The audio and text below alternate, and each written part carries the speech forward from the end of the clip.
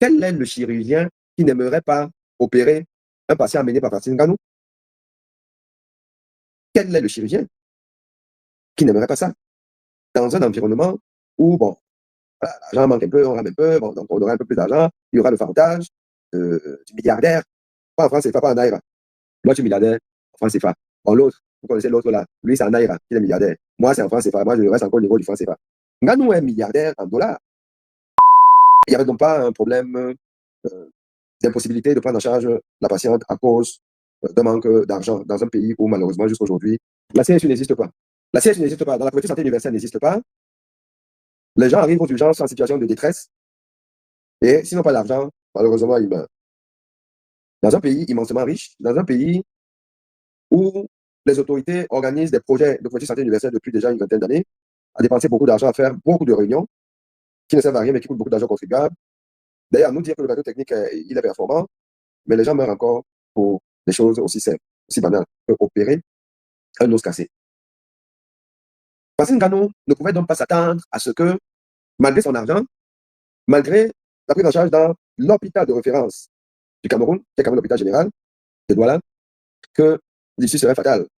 C'est peut-être aussi pour ça qu'il n'a pas communiqué, ces gens n'ont pas communiqué, il est resté calme, croiser les doigts et à prier. Bon, il n'avait pas besoin de croiser les doigts et de prier, puisque c'était à peu près évident que les meilleurs spécialistes du domaine, du meilleur hôpital du Cameroun, feraient tout pour que une victime de l'immense Fatou Ngannou aille bien. Car d'ailleurs, quel est le chirurgien qui n'aimerait pas opérer un patient amené par Fatou Ngannou? Quel est le chirurgien qui n'aimerait pas ça? Dans un environnement où, bon, voilà, l'argent manque un peu, on rame un peu, bon, donc on aura un peu plus d'argent, il y aura le fartage du milliardaire, pas en France CFA, pas en Naira. Moi, je suis milliardaire en France CFA. Bon, l'autre, vous connaissez l'autre là, lui, c'est en Naira, il est milliardaire. Moi, c'est en France CFA, moi, je reste encore au niveau du France CFA. Ngannou est milliardaire en dollars. Quel est le médecin qui ne voudrait pas opérer un patient amené par Ngannou? Le fartage va se situer en millions de francs CFA, en plus de la notoriété. Voilà. Et le carnet d'adresse.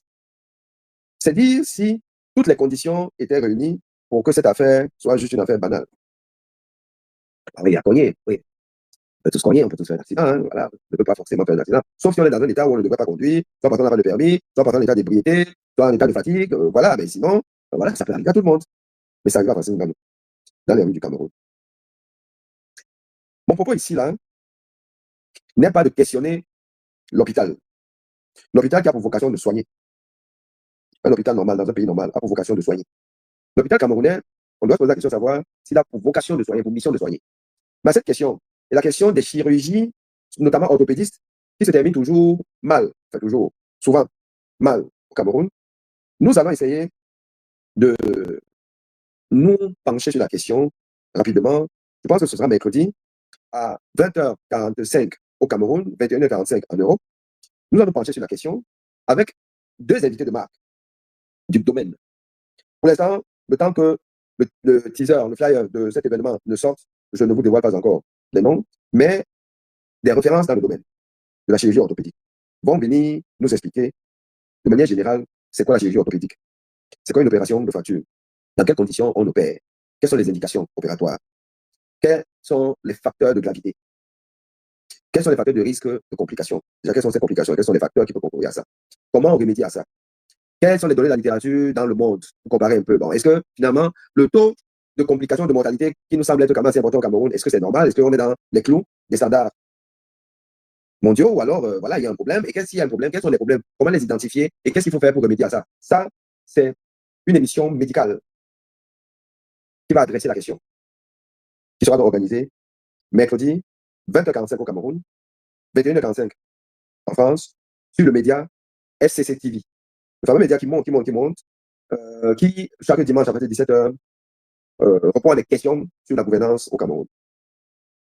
Où nous invitons des personnes, des experts, pour venir nous dire des choses. Bon, de temps en temps, certains experts suivent un peu le débat, comme dimanche dernier, donc hier, le professeur Meyolo, qui est le CELCOM de M. Pamen, ministère de l'enseignement supérieur, a pour le débat. Il n'est pas venu. Alors qu'il avait donné son accord, il avait tout donné. Il avait donné sa photo. Le teaser est sorti. Il a même eu un débrief des 13 heures pour savoir comment est-ce qu'il doit se connecter et tout là. Mais après, il est rentré dans son groupe. Vous savez, moi, je vais pas aux gens. Hein. Il n'y a pas beaucoup de gens du RDPC qui peuvent soutenir un débat avec moi. Il n'y en a pas beaucoup. Laissez-moi vous le dire. Ils ont peur de moi. Là, ils ont la chance que je suis au Cameroun, que je parle sur les plateaux là.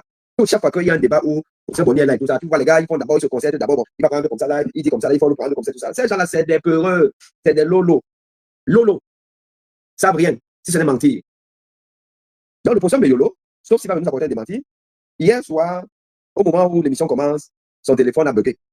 Injoignable. Le professeur Meyolo qui passe sur les plateaux télé, qui vocifère, qui veut monter sur les gens et tout, qui a été impoli avec le professeur Baïbek. Il m'a fui. C'est moi et puis le professeur Tilton qui était aussi là, et tout, et qui l'attendait de pied ferme. Non, les gars, le pays va mal. Le pays est gouverné par des gens qui n'ont pas le niveau. Mais ce que je voudrais aborder, aujourd'hui ici, là, c'est la question de la responsabilité pénale de Francine Ngannou. Où, effectivement, beaucoup de gens disent beaucoup de choses sur les réseaux sociaux, parmi lesquels, oh, Ngannou, oh, on devrait l'interpeller, la justice devrait se saisir de l'affaire, un procureur devrait, voilà, parce que c'est un homicide involontaire, donc qui dit homicide involontaire, on te prend d'abord, on te couvre, on fait des analyses, on comprend, est-ce que tu avais bu, est-ce que tu avais un machin que tout, voilà. Et donc, tu dis que bon, lui-même, c'est quand même Ngannou, il doit montrer l'exemple, il doit aller, lui-même dit que bon, écoutez, c'est moi, notez-moi, mettez mon show et tout ça. Alors, je dis une chose, vous connaissez ma position vis-à-vis de toutes les personnes camerounaises qui fricotent avec le pouvoir de Paul Biya. Les personnes qui par leur silence complice ou alors par leurs actes ostentatoires adoubent le régime du RDPC, le régime RDPC de M. Paul Biya. Vous savez que je n'ai aucune estime pour ces personnes-là. À la limite, je les déteste. Mais ce qui est sûr, c'est que je les méprise. Je méprise Samuel Eto'o-Fils, je le méprise. Je considère qu'il a un vaurien. Que quelqu'un qui valide 43 ans de décrépitude, 43 ans de saleté, 43 ans de méchanceté, n'est pas un être humain normal. Et je méprise Samuel Eto'o. Je n'ai aucun respect pour lui. Francine Ngannou, vous savez, j'ai déjà eu à faire plusieurs sorties sur Francine Ngannou. Francine Ngannou n'est pas simplement silencieux, il n'est pas seulement indifférent, ce qui est déjà grave dans un pays comme le Cameroun. Mais Francine Ngannou a décidé de faire ami-ami avec nos bourreaux. Donc Francine Ngannou est un bourreau de la République, du peuple. Ça, c'est sûr. Donc, je méprise Francine Ngannou. Je n'ai pas de respect pour lui. Cependant, moi, je reste quelqu'un qui se veut rationnel, humain. C'est facile de rester derrière son clavier, de dire, oh, va te constituer, machin truc là, tiens, machin truc, va là-bas, on te met les menottes, on t'enferme. C'est les gens qui le disent. Je voudrais qu'ils lèvent le doigt, qu'ils jurent sur la tombe de leurs parents, de ce qui leur est le plus cher. Que eux, après Francine Ngannou, il sera allé chez le procureur pour dire, procureur, bon, je sais que tu as peur de faire le boulot, mais fais ton boulot, même en prison. Qui? Pour la simple raison qui est que ce qui est important dans la vie aussi, c'est l'intention. Non seulement l'intention, mais les conditions évitables qu'on n'a pas évitées pour que quelque chose qu'on ne veut pas n'arrive. Je me répète, ce qui est important, c'est quelles sont les conditions évitables qu'on n'a pas évitées et qui nous a amenés vers un acte aussi dramatique.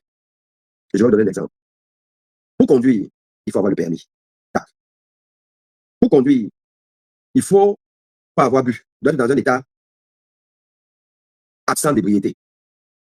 Parce que si tu conduis étant sous, la probabilité que tu entraînes, enfin, tu fasses un accident, elle est, bon, tu dois être conscient de ça, tu le sais. Pour conduire, il ne faut pas avoir pris certains médicaments qui baissent la vigilance. On sait qu'on a certains médicaments psychotropes, somnifères et autres pour effet secondaire, la somnolence. Tu ne peux pas prendre le volant si tu as le ça. Pour conduire, il ne faut pas être fatigué. Si tu sais que tu as fait quelque chose, et dans l'enquête, on peut me dire que voilà, il a dormi, il est en boîte, il est levé, il a machin, tout. Si tu sais que tu es fatigué, tu ne prends pas le volant de quelque chose, parce que tu sais que tu peux causer du tort à toi-même et puis aux autres.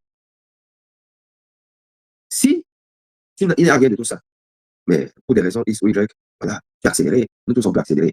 Le piéton passait par là, alors qu'il ne devait pas être au, tu n'as pas eu le temps de freiner et tout. Tu as cogné. Non seulement tu as cogné, tu n'as pas fui. Tu as secouru la personne. Tu es en contact avec la famille. Tu as donné ce qu'il faut en termes de financement pour que tu crois seulement les doigts que ça n'arrive pas. Si maintenant ça arrive, en plus, peut-être à cause du corps médical, n'est pas médecin, ça arrive, tu finis. Qui est l'être humain qui va aller dire au commissariat que bon, vraiment, mettez-moi en prison, soyez sérieux. Ne faites pas des interventions, des posts, des vidéos, parce que vous voulez le buzz, parce que vous êtes monétisé, parce que vous voulez machin à un moment donné, soyez sérieux. Questionnez Francine Ngannou sur le fait que bon, on a considéré que la route était mauvaise. La route était mauvaise. La route de France ou la route des États-Unis n'est pas mauvaise. La route de ton pays est mauvaise. Pourquoi? Pour construire une route. Il faut quoi? Il n'y a pas d'argent. C'est quoi? Messi, il fait quoi? Paul Biya, il fait quoi depuis 43 ans? Oui, là, on te questionne. Mais est-ce que ça mène quelqu'un en prison? Le fait qu'il ait en acquaintance avec des gens qui font le sale, est-ce qu'il y a un article pénal qui amène en prison pour ça là? Non. Mais tu peux avoir des conséquences plus dramatiques parce qu'effectivement, là, on peut dire que tu vois, tu es complice des gens qui confisquent le peuple dans la souffrance. Un peuple auquel tu appartiens, puisque toi-même, tu as été dans la souffrance. Et c'est parce que tu as été dans la souffrance que tu es devenu riche. Mais c'est une exception qui ne peut pas confirmer la règle, qui ne peut pas être une normalité. Oui, là, nous tous, nous devons questionner dans nous. Et nous, on dit que c'est la fatwa, c'est Dieu, c'est celui qui est là-haut. Mais les voix du Seigneur, nous sommes qui? Nous sommes personne pour pouvoir transcender et aller juger ce que seul Dieu peut juger. C'est Dieu qui va juger. Regarde, par rapport à ça. Maintenant, si c'est que la loi dit que, ben, on laisse à l'État, nous devons aller vers l'État pour dire que bon, tu fais quoi? Il y a des gens qui ont eu le même cas, ils ont été, mais ne demandez pas à Gano d'aller se constituer prisonnier. Parce que personne ne le ferait. Parce que personne ne le ferait. Parce qu'on n'est pas sûr que la loi là-bas, la loi n'est pas toujours juste. Mais elle doit être, effectivement, uniformément appliquée pour tout le monde, je suis d'accord. Mais la loi n'est pas forcément juste. Et parce que la loi peut ne pas être juste. Personne ne va, s'il estime que, bon, quand même, j'ai pas voulu tuer, j'ai pas fait exprès, je n'étais pas dans une condition et tout, il n'y a personne qui va aller se constituer, je suis désolé. Mais tu as par exemple bu, comme Pierre Palmade. Parce que les gens prennent la référence de Pierre Palmade. Pierre Palmade était sous, il a conduit sous. Donc celui-là, ça ne se discute même pas, il doit entrer en tôle. Tout ça, c'est pour dire que canalisons nos sentiments, nos engagements, nos colères, nos égrès parfois, nos jalousies, canalisons ça. Et quand on est un leader d'opinion, à plus forte raison, des personnes qui sont des porte-voix, des personnes qui ont une voix qui porte, des personnes qui sont écoutées par beaucoup de personnes, de followers et tout. On n'est pas obligé spontanément de parler, de dire des choses pour faire du buzz, pour machin truc là. Pour prendre du recul. Et dans le cas de l'affaire Francine Ganou, entre guillemets, posons-nous la question. Est-ce que moi, avec ce que Ngana a posé quand même comme acte, je me serais constitué prisonnier? Qu'il aurait fait? Qu'il aurait fait? Il aurait fui. D'accord. Il aurait été sourd. D'accord. Il n'aurait pas de permis. D'accord. Mais donc, avant d'aller vers sa condamnation dans ce sens-là, posons-nous donc d'abord des questions. Sinon, je suis désolé, personne n'irait voir le procureur que enfermez-moi. J'ai cogné une personne qui n'est pas décédée, que j'ai transportée à l'hôpital. Elle arrive à l'hôpital en vie. Elle a même été opérée, si c'est le cas. Mais après, je ne sais pas ce qui s'est passé là-bas, elle est décédée. Qui se serait constitué prisonnier? Les gars, je vous dis toujours que si nous ne sentons pas le débat de l'alternance politique au Cameroun, si nous ne faisons pas les bons bilans, nous ne posons pas des diagnostics objectifs à effet de trouver des solutions.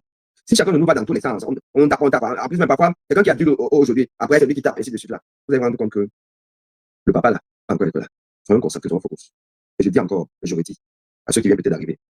Moi, je n'ai aucun respect pour Francine Ganou. Parce que il a quitté les en bas d'en bas, les pauvres que nous sommes, les affamés que nous sommes. Il est parti dans la mangeoire. Une mangeoire qui n'a jamais voulu de lui. Parce que c'est un pauvre type. C'est parce que cette mangeoire-là n'a pas voulu de lui qu'il a fui pour aller en Occident. Pas des moyens qu'on connaît. Il est devenu quelque chose et la mangeoire capitalise. En lui disant, bon, viens chez nous, laisse les pauvres là, viens chez nous. Et il part. Humainement, c'est violent. Francine Ganou ne sait pas que lui-même, il est le propre responsable de sa malédiction. Parce que quand même, chacun de nous a des déboires, hein, on ne peut pas, voilà, chacun a des déboires et tout. Mais Ganou, quelqu'un qui devrait être l'homme le plus heureux de la planète aujourd'hui, il est peut-être le plus malheureux. Il est certainement même l'homme le plus malheureux. Vous voyez le paradoxe? Quelqu'un qui sort de nulle part, qui arrive au toit du monde, qui arrive au toit du monde, pour qui on doit même faire un film ou une série de films. Il perd son enfant, ça peut arriver à tout le monde. Il perd son enfant au mois d'avril de l'année dernière, ça peut arriver à tout le monde. Il tue indirectement, je dis bien indirectement, il cause la mort d'une jeune fille au mois d'avril 2025. C'est une drôle de coïncidence, mais c'est une mauvaise coïncidence. Entre-temps, ou avant la mort de son truc, il perd lamentablement, je dis bien lamentablement, contre quelqu'un même qui lui-même a failli mourir déjà sur un ring. Anthony Joshua. Anthony Joshua a été tabassé comme un gamin, mais Anthony Joshua a failli le kill. Parce que Facine Ngannou a décidé d'aller avec les vampires, d'aller avec, je vous dis, ce n'est pas que la Baboke. Vous savez que Baboke a attaché son boîtier où? Comment Ngannou peut picoter avec Baboke? Dans un pays normal, Baboke c'est qui? On voit Ngannou avec la fille Baboke dans son hôtel. Elle sort de l'hôtel, on ne sait pas où ils se sont juste coincés au rez-de-chaussée, au hall, où c'était jusqu'à dans sa chambre. Et c'est dans sa chambre. Ils ont fait quoi là-bas? Elle a amené quoi? Elle me les commandes. Elle est simple. Son père est comment? Sa mère est comment? Ngannou, Ngannou, tu nous laisses en bas. Tu nous laisses en bas. Nous les en bas d'en bas. Nous on a faim. Tu vas seulement avec les gens là. Tu vas même à la CITV. Où on voit comment on te fait comme ça là. On te fait comme ça là parce qu'il n'y a pas la clim. Ngannou. Ngannou, il n'y a pas la clim à la CITV. Tout notre argent, nous tous là, on paye. On paye. Redevance audiovisuelle, on paye. Pour ne recevoir que les 32 gigas, 500 gigas. Le satanique, la note satanique, on a fait donc. C'est que eux qui sont là-bas sur la télé, qui est la télé du peuple. Tu vas là-bas. Tu ne sors même pas pour dire que non, c'est pas possible. Mais tu ne dis même pas ça. Tu ne dis rien. Tu n'as jamais rien dit, Ngannou. Tu n'as jamais rien dit. Tu ne parles pas. Tu es déjà en haut. Tu avais les VIP. Quand tu vas dire au revoir à Baboke, la fille Indira Baboke, tu dis au revoir. Ngannou, quand tu es tabassé, tu allais voir Indira où? Ngannou, tu allais voir Indira où? Tu pas. Tu pas. Donc, ouais, tout ça là, c'est un alignement d'étoiles négatives qui font qu'aujourd'hui, tu es malheureux. Tu n'es pas bien. Et le monde entier peut s'emparer de ça.